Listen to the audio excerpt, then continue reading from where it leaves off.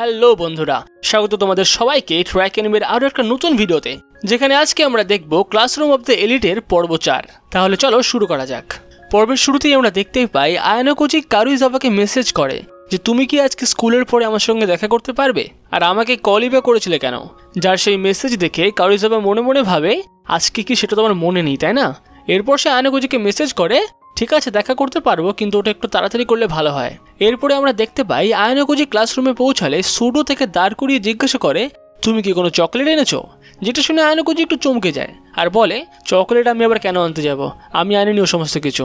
আর এই সময় ইকে পেছন থেকে বলে আসলে সুডো তোমাকে বলতে চাইছে যে হরিকিতা তোমাকে কোনো চকলেট দিয়েছে কিনা। মানে ব্যাপারটা কিছুটা এইরকম যে সুডো হয়তো হরিকিতাকে চকলেট দিয়েছে, সেটা হরিকিতা নিজের কাছেই রেখেছে নাকি অন্য কাউকে দিয়ে দিয়েছে সেটাই এখন সুডো চেক করছে। যাই হোক, সেই সময় আয়ানোকোজিকে আবার এই কথাটা জিজ্ঞাসা করে আর আয়ানোকোজি এই বড় না করে, তাই সুডো বুঝে যায় যে চকলেটটা হরিকিতা নিজের কাছেই রেখেছে। এখন অন্যদিকে সোতামুরা বলে ও সমস্ত চকলেট ফকলেট আমার কাছে কোনো ব্যাপার না, আমি এখন অন্যরকম ভাবে ডেট করছি। কিন্তু তার এই সমস্ত কথা ইকে কোনো পাত্তা দেয় না, বরঞ্চ সে পেছনে অন্য একজনের সঙ্গে কথা বলতে থাকে। আর তারা সবাই মিলে এটাই আলোচনা করে যে আজকের দিনে কেউ তাদেরকে চকলেট কেন দিল না এখনো পর্যন্ত। আর ওদের এই সমস্ত আলোচনা দেখে আয়ানোকোজি সেখান থেকে চলে যায়। এখন সুডো বলে যে মেয়েরা হয়তো চকলেট দিতে একটু লজ্জা পাচ্ছে, তার মানে আমাদেরকেই এই কাজটা করতে হবে, আমাদের হাতে এখনো সুযোগ আছে। তারা এই সমস্ত আলোচনা করতে করতেই হিরাতা ঘরে ঢোকে দুটো চকলেটের বড় বড় ব্যাগ নিয়ে, যেটা দেখে সুডো আর বাকি সবার মাথা একেবারে খারাপ হয়ে যায়। তারা ভাবে না না, মেয়েরা লজ্জা তো পাচ্ছে না, মেয়েরা আমাদেরকে চকলেট দেয়নি। অন্যদিকে আয়ানোকোজি এই সময় হরিকিতার পাশে বসে তার দিকে তাকালে হরিকিতা বলে কি হয়েছে। যার পরে আয়ানোকোজি জিজ্ঞাসা করে কুশিদার সঙ্গে তোমার ব্যাপারটা কেমন চলছে। যার উত্তরে হরিকিতা বলে তেমন কিছুই না, খুব একটা কিছু বদলানো যায়নি, তুমি কি আমাকে সাহায্য করবে। যার উত্তরে আয়ানোকোজি বলে না, আমি শুধু জিজ্ঞাসা করছি। এই সময় হরিকিতা বলে আজকে স্কুল শেষ হওয়ার পরে আমরা চা খেতে যাচ্ছি, দেখি কথা বলে যদি কিছু হয়। আর এই সমস্ত কথা বলতে বলতেই সুডো সেখানে চলে আসে আর হরিকিতাকে বলে হরিকিতা তুমি কি আমাকে পড়াশোনা করতে একটু সাহায্য করবে। যার উত্তরে হরিকিতা বলে পরীক্ষাটা তো এখন অনেক দিন বাকি, এখনই কি হয়েছে। যেটা শুনে সুডো বলে হ্যাঁ ঠিকই, কিন্তু আমার মনে হয় আগে থেকে পড়াটাই ভালো হবে, তাই তুমি যদি চাও তাহলে আজকে। আর এইটুকু বলতে বলতেই হরিকিতা তাকে না করে দেয়। এরপর বিকেলবেলা আমরা আয়ানোকোজিকে রাস্তা দিয়ে হাঁটতে দেখতে পাই, যেখানে সে মনে মনে ভাবে কারুইজাওয়া তাকে বলেছে যে ইচিনোজে আজকেও নাকি ক্লাসে যায়নি। আর একই সঙ্গে আমরা এটাও লক্ষ্য করি যে ক্লাস এর হাসিমোটো আয়ানোকোজির উপর নজর রাখছে। আর এই সময় আমরা আগের কিছু ঘটনা দেখতে পাই, সে পাহাড়ে ট্রেনিং এর ঘটনা, যে সময় মানাবু আর এখনকার স্টুডেন্ট কাউন্সিল প্রেসিডেন্ট দেখা করতে গেছিল। সেই সময় রুয়েন আর হাসিমোটো এক জায়গায় দাঁড়িয়ে কথা বলছিল। আর এখন আমরা জানতে পারি যে সেই সময় নতুন স্টুডেন্ট কাউন্সিল প্রেসিডেন্ট মানাবুকে বলেছিল আমি যে প্ল্যান করছি সেই প্ল্যান তুমি কোনোভাবেই ধরতে পারবে না, আর তুমি যাকে এই কাজে লাগিয়ে রেখেছো তোমার ফেভারিট স্টুডেন্ট কিয়োটাকা আয়ানোকোজি, সেও আমার প্ল্যান ধরতে পারবে না। আর তাদের এই কথা শুনে সেই সময় সেখানে থাকা হাসিমোটো একটু অবাকই হয়। এই কারণেই এখন হাসিমোটো আয়ানোকোজির উপর নজর রাখছে। সে মনে মনে ভাবছে মানাবো যদি আয়ানোকোজিকে নিজের কাজের জন্য ব্যবহার করে, তার মানে আয়ানোকোজির নিশ্চয়ই কিছু না কিছু ব্যাপার তো আছেই। এই সময় আয়ানোকোজি এক জায়গায় গিয়ে দাঁড়ালে কারুইজাওয়া সেখানে আসে। সে আসার সময় বলে এত ঠান্ডার মধ্যে এই বাইরে দেখা করা কি খুব দরকার, অন্য আর কোনো জায়গা পেলে না। যার উত্তরে আয়ানোকোজি বলে অন্য কোথাও দেখা করলে লোকেরা আবার কি না কি ভাববে, তার থেকে এই জায়গাটাই ভালো। যেটা শুনে কারুইজাওয়া বলে হ্যাঁ সেই দিক থেকে একটু ভালো তো ঠিকই, কিন্তু এখানে খুব ঠান্ডা, গরমকাল যে কবে আসবে।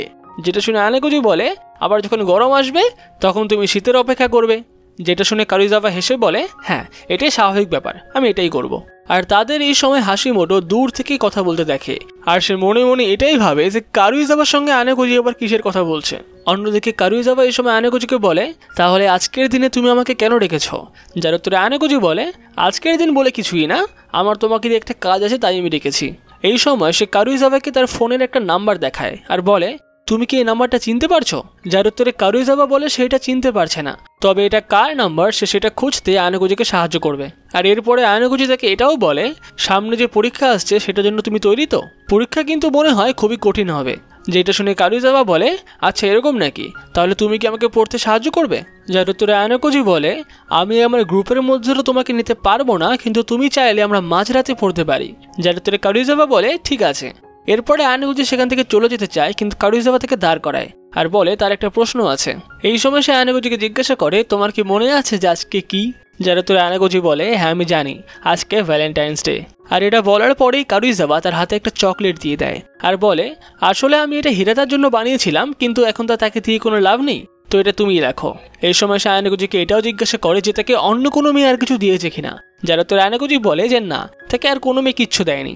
আর এখন চকলেট দেওয়া দেখে হাসিমোটো ভাবে আচ্ছা এই ব্যাপার, তাহলে ওদের এই সমস্ত কথা আমার না শুনলেও চলবে। আর এরপরে যখন আয়নাকুজি আর কারুইজাওয়া সেখান থেকে যাওয়া শুরু করে সেই সময় হাসিমোটো তাদের কাছে চলে আসে আর বলে বাপরে, তোমরা এখানে একা একা দেখা করছো, কি ব্যাপার? আবার আজকে তো ভ্যালেন্টাইন ডে। যেটা শুনে আয়নাকুজি বলে ভ্যালেন্টাইন ডে এর জন্য আমরা দেখা করছি না। কিন্তু হাসিমোটো বলে আরে লুকিয়ে লাভ নেই, সে আমি সব বুঝে গেছি। কিন্তু আয়নাকুজি এখন বলে যাই হোক, তুমি এই বিষয়ে ইন্টারেস্টেড কেন? যেটা শুনে হাসিমোটো বলে না মানে কারুইজাওয়ার বয়ফ্রেন্ড যে কিছুদিন আগে ওই হিরাতা ছিল, তাকে ছেড়ে এখন আবার তোমাকে ধরলো, মানে এটাই আর কি। যেটা শুনে এখন কারুইজাওয়া উত্তর দেয় তুমি যেরকম ভাবছো সেরকম একদমই না, আমি এটাকে হিরাতাকে দেওয়ার জন্যই বানিয়েছিলাম, কিন্তু এখন তো তাকে দিয়ে কোনো লাভ নেই, তাই আমি ভাবলাম এটা আয়নাকুজিকেই দিয়ে দিই। যেটা শুনে হাসিমোটো বলে না না, এটা তো একদম হতে পারে না, তুমি যে কোনো কাউকে এমনি এমনি চকলেট দেবে? আর এখন কারুইজাওয়া এই কথাটা শুনে একটু রেগে যায় আর বলে তুমি কে, হঠাৎ করে এসে আমাদেরকে সমস্ত কথা শোনাচ্ছ? আর এখন আয়নাকুজি বলে থাক বাদ দাও, ওকে সত্যিটা বলে দাও, নাহলে পরে আমাদেরই সমস্যা হতে পারে।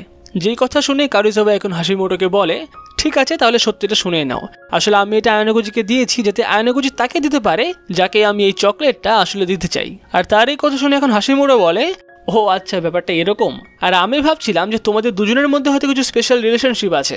যাই হোক, যদি এরকম না হয়, এই বলে সে কারুইজাওয়ার সামনে চলে যায় আর বলে তাহলে তুমি তো আমার সঙ্গে ডেটে যেতে পারো। আর কারুইজাওয়া এখন তাকে বলে তোমার কি মনে হচ্ছে তুমি এইভাবে বলবে আর আমি তোমাকে হ্যাঁ করে দেবো? আর এই সমস্ত দেখে আয়নাকুজি সেখান থেকে চলে যাওয়ার প্ল্যান করে। আর এখন কারুইজাওয়া হাসিমোটোকে ধাক্কা মেরে তার ঘরের দিকে চলে যায়।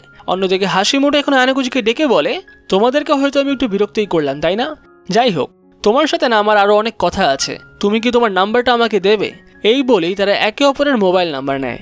এখন রাত্রেবেলা আমরা দেখতে পাই যে আয়নাকুজি রান্না করছিল, আর একই সঙ্গে আমরা এটাও দেখি যে আয়নাকুজি 5 জনের কাছ থেকে চকলেট পেয়েছে, যেটা সে নিজেও আশা করেনি।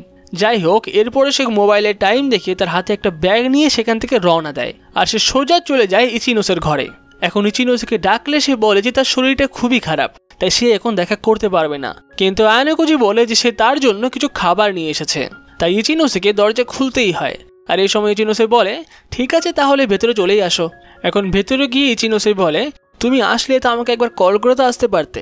যারা তোর আয়নাকুজি বলে আমি আসলে তোমার সঙ্গে সামনাসামনি কথা বলতে চাইছিলাম। যেটা শুনে ইচিনোসে বলে অনেকদিন পরে আমার সঙ্গে কেউ দেখা করতে আসলো, আমি তো কয়েকদিন ধরে ঘরে একাই পড়ে রয়েছি, সবাই ভাবছে যে আমি হয়তো ডিপ্রেসড হয়ে রয়েছি, কিন্তু এরপরেও তুমি আমার সঙ্গে দেখা করতে আসলে এটাই অনেক। কিন্তু তুমি যদি এখানে খুব বেশিক্ষণ থাকো তাহলে তোমারও হয়তো ঠান্ডা লেগে যাবে। যেটা শুনে আয়নাকুজি বলে হ্যাঁ ঠিকই, আমার হয়তো এখন যাওয়ার দরকার। এই বলে আয়নাকুজি সেখান থেকে চলে যায়। পরের দিন সকালে আমরা ক্লাসে দেখতে পাই যে সোশ্যাল মিডিয়াতে কিছু নিউজ চলে আসে যে কাদের কার কার উপরে ক্রাশ আছে, আর সেখানে এটাও লেখা থাকে যে আয়নাকুজির নাকি কারুইজাওয়ার উপরে ক্রাশ আছে, আর এরকম আরও অনেকের ব্যাপারে সেখানে লেখা থাকে। এখন ক্লাসে সবাই সেগুলো নিয়ে আলোচনা করে। এই সময় আয়নাকুজি ক্লাসে ঢুকলে ইয়ামাগুচি তাকে জিজ্ঞাসা করে আয়নাকুজি শুনলাম নাকি কারুইজাওয়া তোমার ক্রাশ? যার উত্তরে আয়নাকুজি সোজাসুজি না করে দেয়। আর এরপরে সে তার টেবিলে গিয়ে বসলে তার পাশের থেকে হরিকিতা তাকে বলে সোশ্যাল মিডিয়াতে কিন্তু অনেক কিছু ছড়িয়ে গেছে, তার মধ্যে তোমার নামও আছে। আর অন্যদিকে এখন ইয়ামাগুচি ক্লাসের অন্য একটা মেয়ে যার নাম শিনোহারা তাকে বলছিল তাহলে সবাই জেনেই গেল হ্যাঁ তুমি কি কি করে বেড়াও। যার উত্তরে শিনোহারা বলে এই সমস্ত একেবারেই মিথ্যা কথা, কে ছড়াচ্ছে এগুলো? আর এখন ইয়ামাগুচি তাকে উল্টোপাল্টা বলতেই থাকে। যেটা শুনে ইকিও তাকে চুপ করতে বলে আর তাকে ঘুষি মারতেই যাবে, সে সময় সুডো থেকে পেছন থেকে আটকে নেয়। আর ইয়ামাগুচি এখনো বলে চলে তুমি বুঝতে পারছো না ভালো ভালো চেহারার পিছনে মানুষেরা কি কি করে বেড়ায়। আর এখন এই সমস্ত আলোচনা হতে দেখে হরিকিতা বলে ছি, যেই সময় ক্লাসের সবার একসঙ্গে থাকার কথা সেই সময় এরা কি করে বেড়াচ্ছে। আর এখানেই শেষ হয় এলিট ক্লাসরুমের পর্ব 4। পুরো পর্বটা তোমাদের কেমন লাগলো সেটা আমাদেরকে কমেন্ট করে অবশ্যই জানিও। আর পরের পর্বটা দেখার জন্য চ্যানেলটাকে অবশ্যই সাবস্ক্রাইব করে